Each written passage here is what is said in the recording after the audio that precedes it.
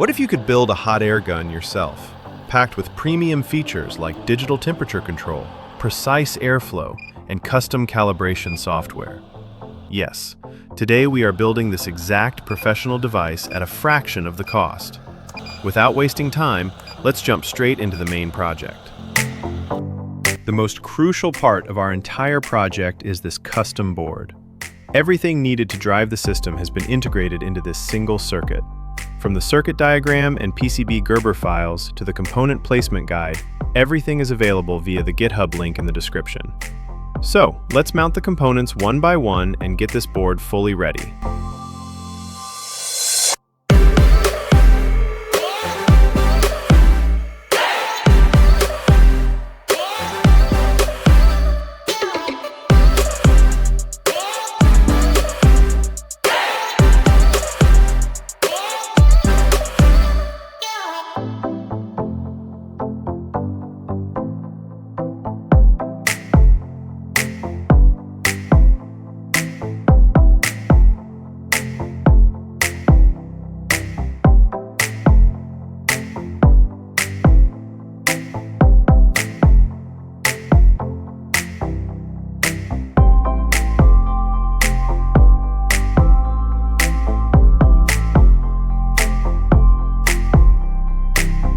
Now, if you'd like to get your own PCBs made, the board we're using in this project can be manufactured through JLC PCB.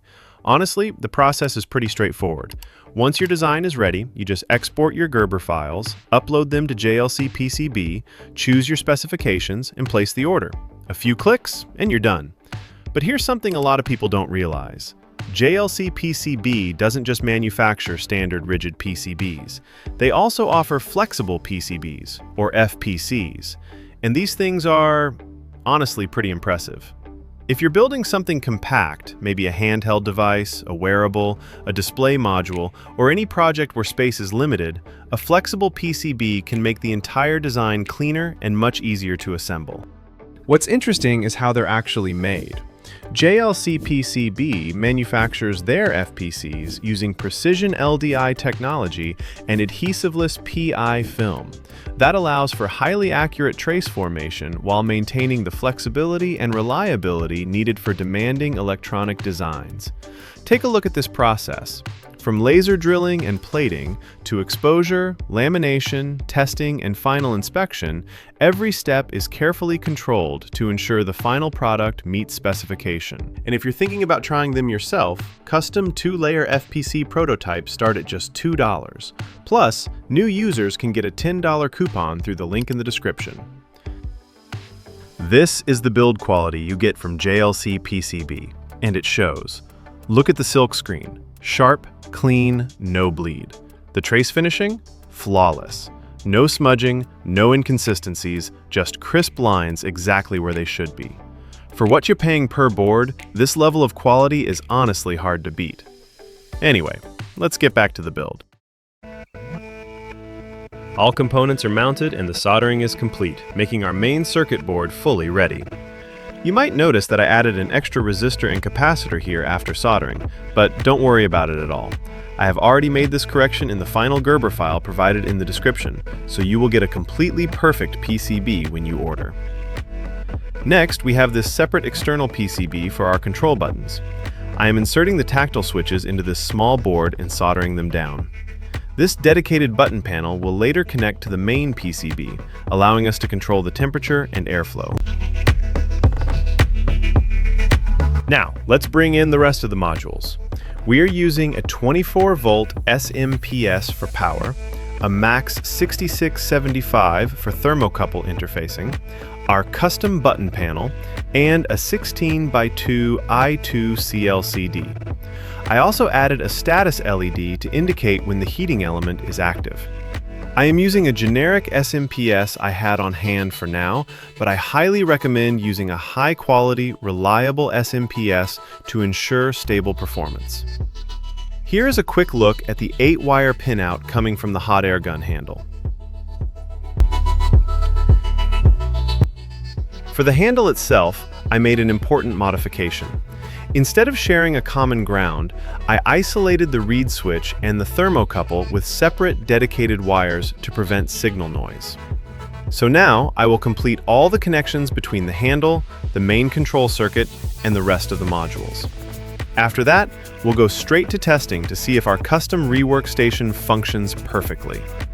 As always, the complete connection diagram is available via the GitHub link in the description.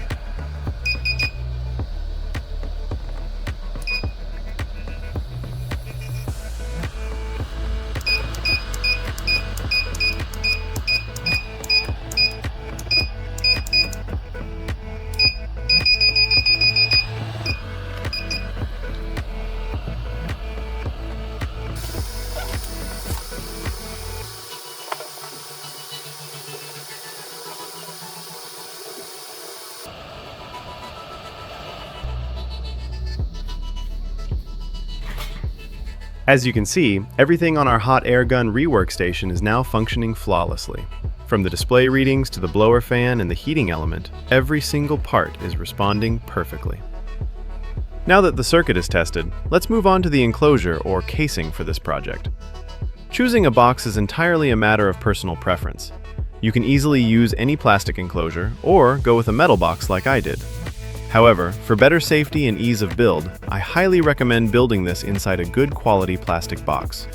Basically, any box that suits your preference will work just fine. With the box ready, it's time to work on completing our front panel design.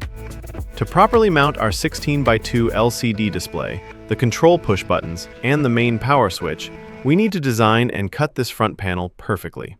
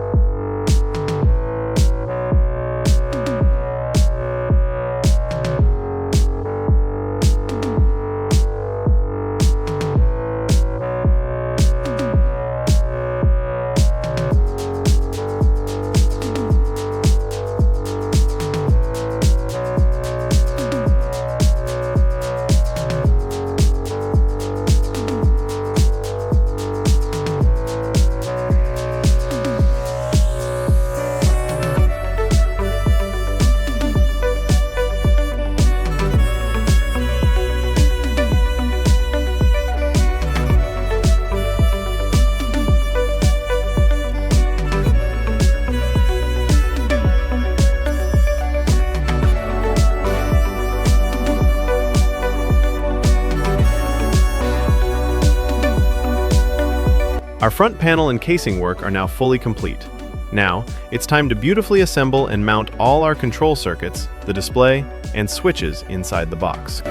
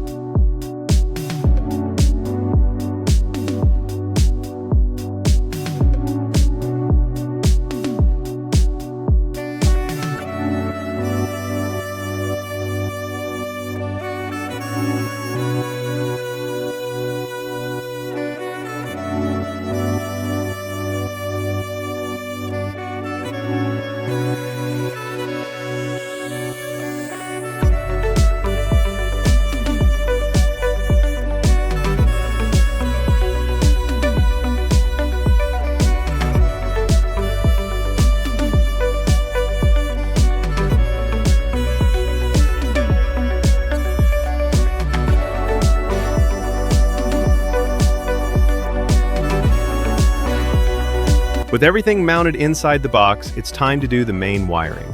As I mentioned earlier, the complete connection diagram is available via the GitHub link in the description, so you can easily just check that and hook everything up. So, let's get down to completing the wiring between our circuits and modules.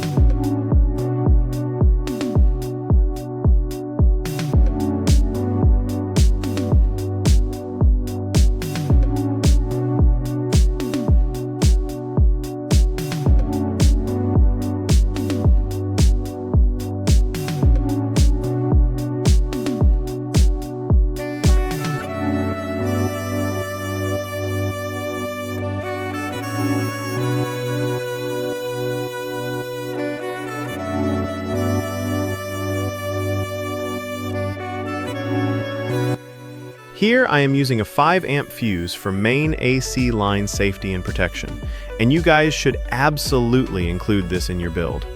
Also, when using a metal enclosure, it is highly recommended to connect a proper safety ground. However, out of pure laziness, I am currently running this specific build without any earth connection. Make sure you don't make the same mistake. All connections are done. Now, before closing the box, we have one crucial step left, and that is calibrating our SMD Rework station. To do the calibration, head over to my GitHub page using the link provided in the description. Copy the code from there, paste it into your Arduino IDE, and upload it to the Arduino Nano. To make this calibration process as smooth as water, we have developed a custom software called SMD Station. Just connect your Arduino Nano to your PC and open this software. We can easily calibrate our rework station right from here. With this single software, you get access to real-time temperature monitoring, fan speed control, PID tuning, calibration, and many more features. And for those who don't want to download or install this software separately on their PC, there is great news. A web version is also available, which you can access directly on my GitHub page. This means you can run everything straight from your browser without installing anything. Before jumping into calibration, here is a quick tip. If your station is experiencing temperature overshoot, meaning the reading suddenly spikes way past your set temperature before dropping back down, you can easily fix it using the PID tuning option in the software. Now let's move on to our main part, the calibration. Before filling out the table, we must do one very important thing. Temporarily disable the calibration mode from the software. This is an absolute must. If you don't disable this mode, the calibration process won't work properly. Once disabled, take an external temperature meter. Then, position the K-type thermocouple sensor of the meter right in front of our rework station's handle nozzle, just like this. Once everything is set, to see it practically, I click directly on the 100 degrees Celsius box under the 30% airflow row. When our rework station's temperature stabilizes at 100 degrees Celsius, whatever value is displayed on our external thermometer, we will type and enter that into this specific software box and click OK. In the exact same way, we need to calibrate the entire table from 100 to 500 while keeping the airflow at 30%, 60%, and 90%. As you can see on the screen, whenever I click on different boxes, the station automatically shifts to that specific temperature and airflow by itself, without pressing any physical buttons manually. However, let me share an important tip with you. Not everyone needs to go through the trouble of filling out this entire table. After checking with a thermometer, if you find that the error or difference between your station's actual temperature and the set temperature is within 50 degrees Celsius, like a minor shift of 10, 20, or 30 degrees, you don't even need to touch this table. You can just head over to the Calibration tab in the software and slightly adjust the offset value by adding or subtracting to get it sorted. But if the error is higher than 50 degrees Celsius, complete the full table just like I did and click the Send All Rows button at the bottom. This will save all the calibration data directly into the Arduino. And with that, our calibration part is complete. Now, before closing up the box, there's one quick thing we need to do. For this build, I'm just using a custom nano board ordered from JLCPCB, but this is completely optional, and you can absolutely use a standard Arduino Nano instead. As you can see, the main difference here is that it doesn't have an onboard TTL chip, meaning it requires a separate programmer to flash the code. I've already made a video on how to program this, so you can check that out on my channel. So let's go ahead and connect this nano board to our station.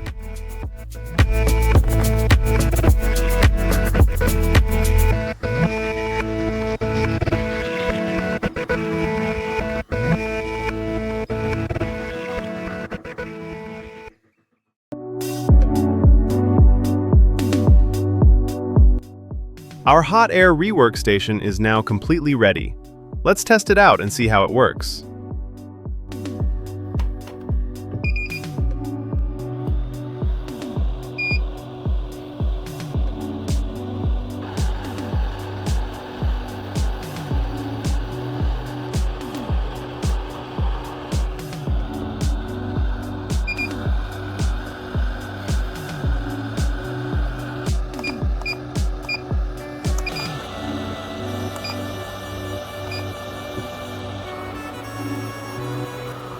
As you can see, our budget-friendly rework station is working perfectly. So let me know what you think of today's project in the comments below. If you enjoyed the video, please give it a thumbs up, and if you're new to the channel, don't forget to subscribe. See you in the next interesting project. Until then, take care everyone.